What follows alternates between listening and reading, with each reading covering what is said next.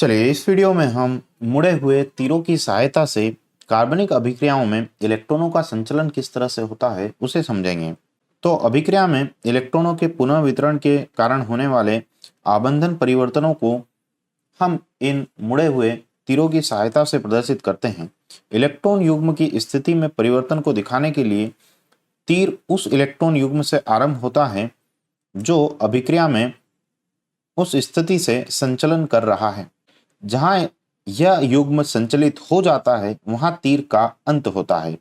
उदाहरण के लिए अगर यहाँ पर इस पाई बंध के इलेक्ट्रॉनों को हमें इस निकटवर्ती बंध के पास, तो हम इसे कुछ इस तरह से दर्शाएंगे। यह ऐसा दिखाई देगा इस संचलन के बाद।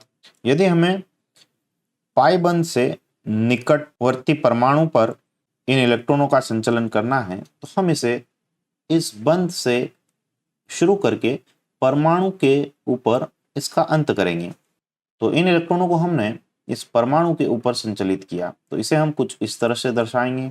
और यदि परमाणु से निकटवर्ती स्थिति के ऊपर या इस परमाणु से इलेक्ट्रॉनों को हमें ये पास वाली स्थिति पर स्थानांतरित करना है तो हम इसे कुछ इस तरह से दर्शाएंगे। अब मान लीजिए आपके पास इस तरह से एक यौगिक है और इसमें कार्बन और Br के बीच में यह बंध बना हुआ है।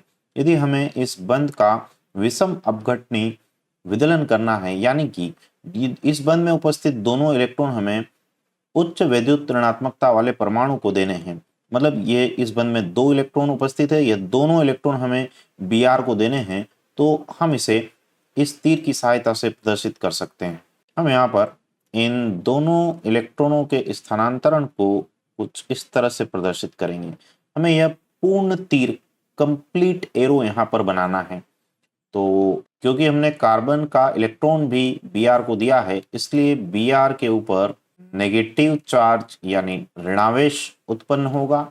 यह दोनों इलेक्ट्रॉन हमने इस बंध वाले इलेक्ट्रॉनों को यहाँ पर प्रदर्शित किया है। कार्बन के पास एक इलेक्ट्रॉन की कमी हो जाएगी, इसलिए कार्बन के ऊपर धनावेश आ जाएगा, CH3 CH3 और CH3। तो इन दोनों इलेक्ट्रॉनों के स्थानांतरण या संचलन को प्रदर्शित करने के लिए हमने इस तरह के एरो का प्रयोग किया है। यदि हमें एक ही इलेक्ट्रॉन का संचलन प्रदर्शित करना है तो उसे हम अर्धशीर्ष तीर या फिश हुक तीर से प्रदर्शित करते हैं। उदाहरण के लिए यदि आपके पास CH3Cl है और हमें इस बंध का समापघटनी विदलन करना है, यानी होमोलिटिक क्लीवेज करना है, एक एक इलेक्ट्रॉन दोनों को देने हैं, इस बंध को समान रूप से हमें वियोजित करना है, तो हम यहाँ पर अर्धशीर्ष तीर का प्रयोग करेंगे क्योंकि हमें एक एक इलेक्ट्रॉन का संचलन यहाँ पर दर्शाना है। इस तरफ एक एरो बनाया हमने और इस इलेक्ट्रॉन के संचलन के लिए क्लोरीन के ऊपर एक एरो बनाया, मतलब CH3 को एक इलेक्ट्रॉन मिला और Cl को एक इलेक्ट्रॉन मिला और यहाँ पर मिथाइल मुक्त मूलक और क्लोरीन मुक्त मूलक का निर्माण हुआ। हमें यहाँ पर इस अभिक्रिया में इलेक्ट्रॉनों के संचलन को कर्व्ड एरो यानी मुड़े हुए तीरों की सहायता से प्रदर्शित करना है, तो हम किस तरह से करेंगे समझते हैं। यहाँ Br की विद्युत ऋणात्मकता ज्यादा होने के कारण इसके ऊपर आंशिक ऋणावेश और कार्बन के ऊपर आंशिक धनावेश रहेगा।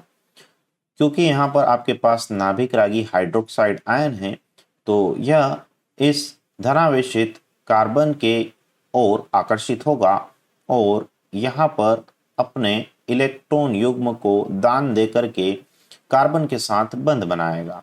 तो इलेक्ट्रॉन युग्म का संचलन हमें प्रदर्शित करना है। इलेक्ट्रॉन कहाँ से कहाँ जा रहे हैं, ऑक्सीजन से कार्बन की तरफ जा रहे हैं।